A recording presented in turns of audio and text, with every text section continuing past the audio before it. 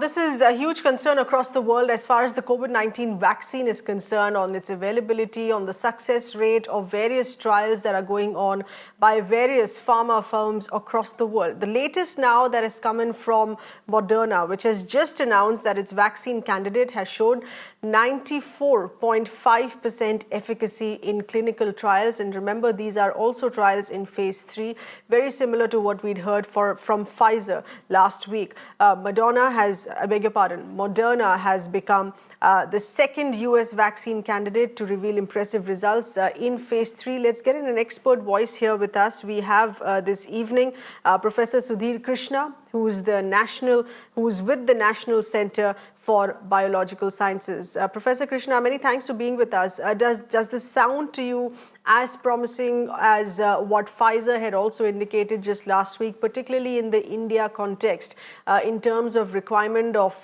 cold storage chains and how far this can really work for India? When I came on the show, actually, when the Pfizer vaccine came on, one of the points that I had made was that actually this will drive innovation and competition in the vaccine chain. And that you can see is happening.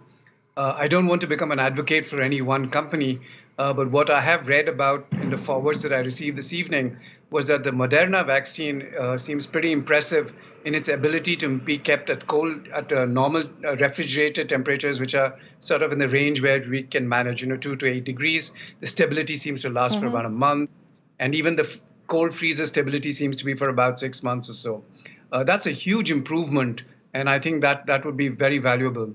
Nucleic acid vaccines, as I mentioned last time, both DNA and RNA, the advantage of them is that you don't actually have the viral backbone. So, for example, when you're using a recombinant adenovirus backbone or an attenuated backbone, then you have one protein, say the spike protein of coronavirus, amidst a sea of proteins. And here, in the nucleic acid context, you're just using one protein. Our own group, we're developing DNA vaccines, both DNA and RNA for dengue, and we can see that we're building on the work of Naveen Khanna, THSTI with proteins. And this is a great advantage for nucleic acid vaccines. So if nucleic acid vaccines, the time has come, and I think that's a moment to celebrate.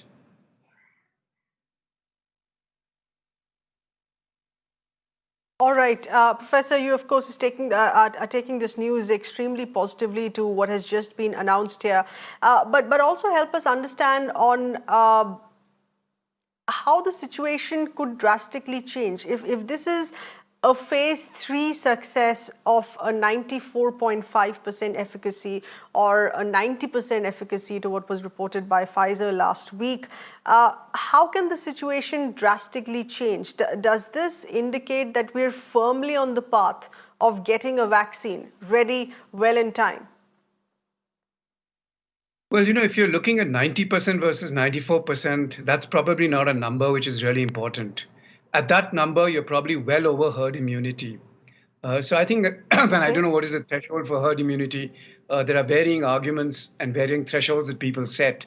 But 90 and 94% is way above thresholds for herd immunity. So even something below that, you have a very successful vaccine. The issue will be costs. The issue will be manufacturing. The issues will be distribution. I think in general, I would be very optimistic. I heard bits of the Delhi coverage that you did just now. I tracked the COVID figures on a daily basis.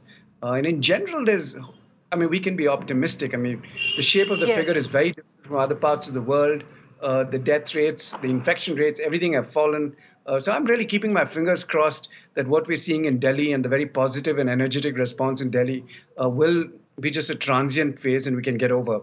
The reason I'm actually bringing this up is because if that's the case, then we can actually, and this is something, again, I mentioned on the show last week, take a very targeted approach to the vaccines. Health workers, frontline workers, vulnerable groups. And so then I would in general be optimistic.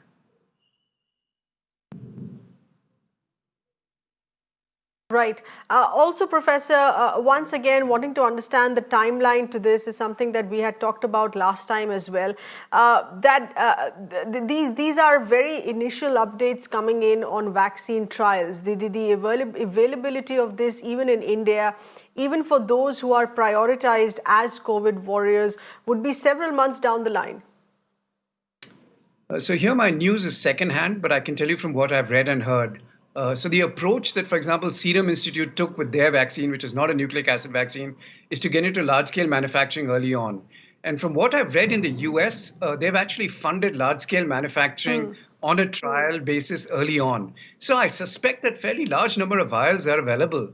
And I think the idea would be to try and negotiate with these people that are vulnerable groups, be it health workers, be it police force, be it vulnerable groups. We should be in line. So it should not be a situation where one country is going to vaccinate everybody, because that's a pointless exercise. You don't need to vaccinate everybody. Each country should be vaccinating the vulnerable people. Each country should be vaccinating the health workers, people in the transmission chain dynamics. We should study herd immunity and only then move to the next phase. So I think the equity in this is going to be very important. And equity is not just equity of cost, but equity of whom we vaccinate globally. And I hope we make a persuasive case that India should also be part of that whole chain. And I think I've been reading some stuff about various philanthropists in the country who've been thinking about stuff, and I think we can reach out to them and tell them that our vulnerable groups should be vaccinated very quickly and early. For example, children. I don't think this is not a childhood vaccine, right? I mean, I would not be vaccinating kids with COVID, unlike say polio and measles and other.